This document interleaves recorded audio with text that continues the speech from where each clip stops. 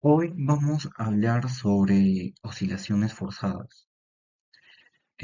Bueno, pero para entender un poco más y hacerlo un poco más didáctico, vamos a enfocarnos un poco en la minería, ¿no?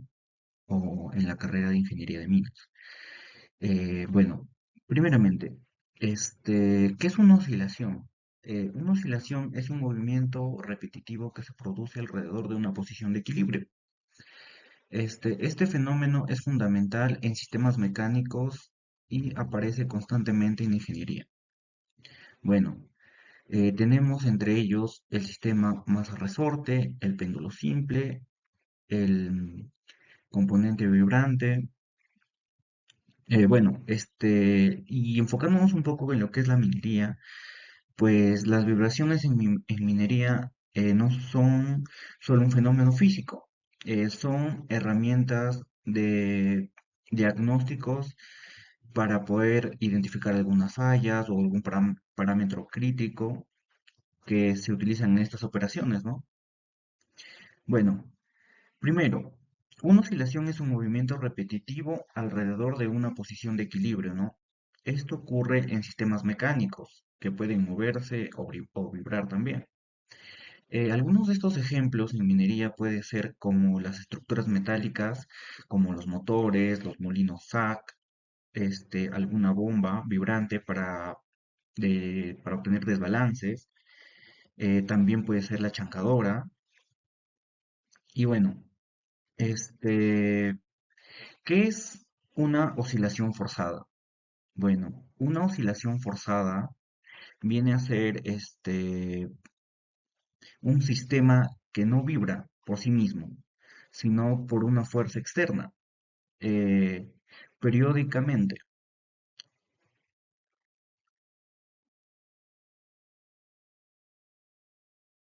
Bueno, como les estaba diciendo que la oscilación forzada ocurre cuando un sistema no vibra, enfocándonos, como les decía en la minería, puede ser, por ejemplo, el giro de un motor, la rotación de un impulsor, el movimiento excéntrico de una chancadora.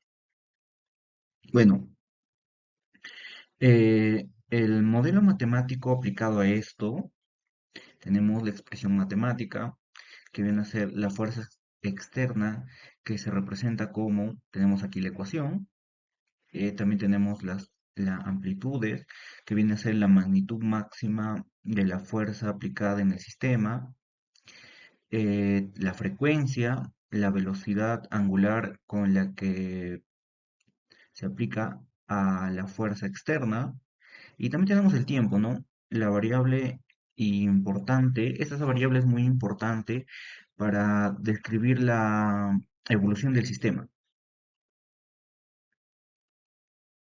Bueno, deteniéndonos un poco en la expresión matemática, tenemos que F coseno es la fuerza externa que obliga a vibrar, ¿no?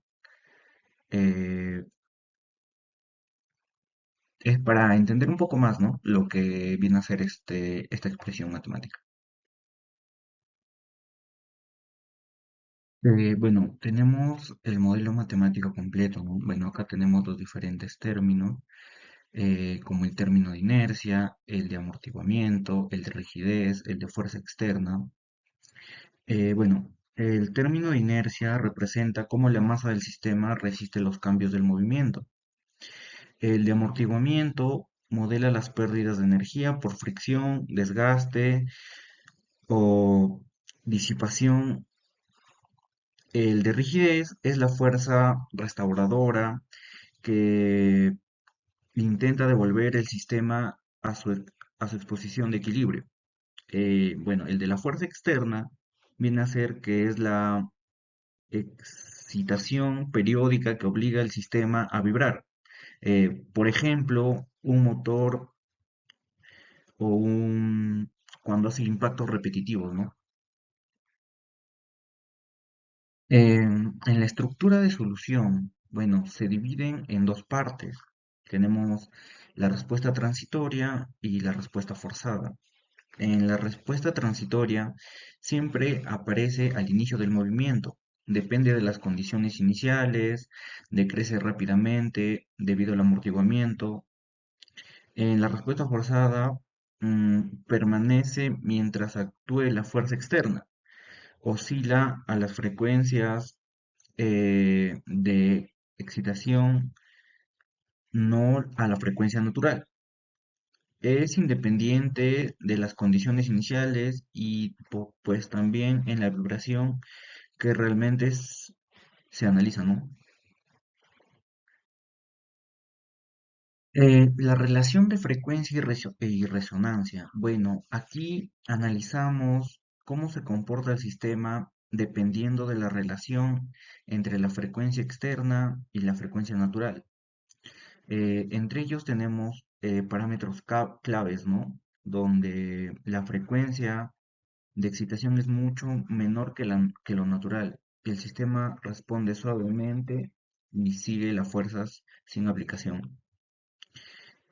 Bueno, en- bueno, para dar un ejemplo y entenderlo un poco más, en, en un caso crítico, la frecuencia externa coincide con la frecuencia natural y la amplitud se aplica dramáticamente. Bueno, en minería quizás esto puede causar aflojamiento de pernos, grietas, algunas grietas, fallas en los rodamientos.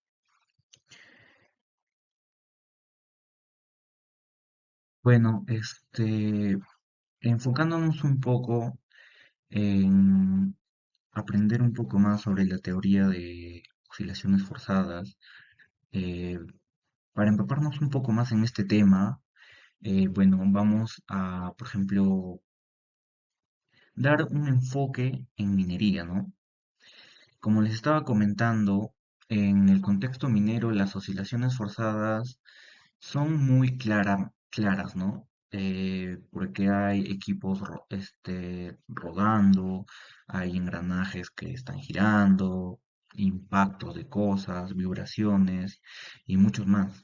Estos los podemos encontrar en los molinos SAC, en las chancadoras, en los ventiladores mineros, en algunas bombas de pulpa, donde estas mismas generan vibraciones, fuerzas, algunos se pueden desbalancear e incluso dan impulso, ¿no?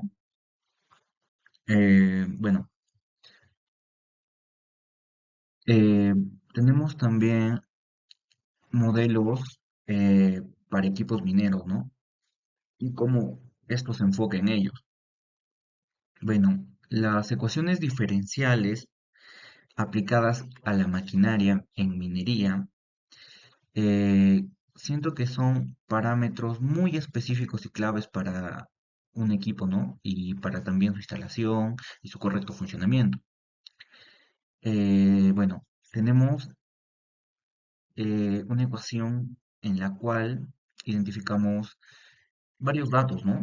Para poder realizar esto, como la masa del equipo, el amortiguamiento, la rigidez, la fuerza operacional, eh, para asimismo evaluar y generar un mayor impacto y evaluar los parámetros correctos, ¿no? De estos funcionamientos de las máquinas. Lo podemos evaluar con con este sistema de oscilaciones forzadas, porque este mismo nos ayuda a ser rigurosos y saber cómo es el funcionamiento, ¿no? Con estas simples funciones. Para continuar, vamos a resolver un ejemplo de movimiento oscilatorio forzado. Bueno, básicamente este problema nos dice que hay un objeto de 4 kilos que se mueve, pero este está unido a un resorte, ¿no? En una superficie horizontal, donde no hay fricción y está impulsado por una fuerza externa. Bueno, nos pide calcular la amplitud del movimiento. eh, donde nos dice que es, suponiendo que no hay amortiguamiento, ¿no? Bueno, tenemos nuestros datos, tenemos la gráfica, ¿no? Así que el movimiento está por acá. Tenemos el resorte, tenemos para el resorte y el objeto, ¿no? Bueno, entonces tenemos que calcular la amplitud del movimiento. Aquí tenemos nuestros datos que ya lo hemos separado. Y bueno, primeramente, para resolver la amplitud del movimiento oscilatorio forzado, eh, aquí usamos la fórmula general que se aplica cuando un sistema está sometido a la fuerza externa que oscila, ¿no? Bueno, la amplitud es igual a la fuerza máxima dividida entre la masa, dividido nuevamente entre la raíz cuadrada de la diferencia entre la frecuencia externa y la frecuencia natural, ambas elevadas al cuadrado. Como en este problema no existe amortiguamiento, la parte de la fórmula que contiene el coeficiente de fricción desaparece y la ecuación queda mucho más sencilla. Bueno, entonces la fórmula que se usó finalmente es la de la amplitud es igual a la fuerza máxima entre la masa dividida entre el valor absoluto de la diferencia entre la frecuencia externa al cuadrado y la frecuencia natural al cuadrado. Bueno, a partir de aquí empiezo a sustituir valores ya, ¿no? Primero coloco la fuerza máxima y la masa. La fuerza máxima es de 3 newtons y la masa de 4 kilogramos. Bueno, aquí hago la división, ¿no? 3 dividido entre 4, lo que me da 0,75. Bueno, este es el primer valor que necesito, ¿no? Hay que tenerlo ya en cuenta. Bueno, también calculo la diferencia entre la frecuencia al cuadrado. La frecuencia externa es 2pi radianes por segundo. Eh, Tenemos que elevar esto al cuadrado, mm, donde aproximadamente me da 5. Bueno, luego hago la resta entre estas dos cantidades, ¿no? Que me daría 39,48 menos 5, lo cual da 34,48. Aquí tenemos.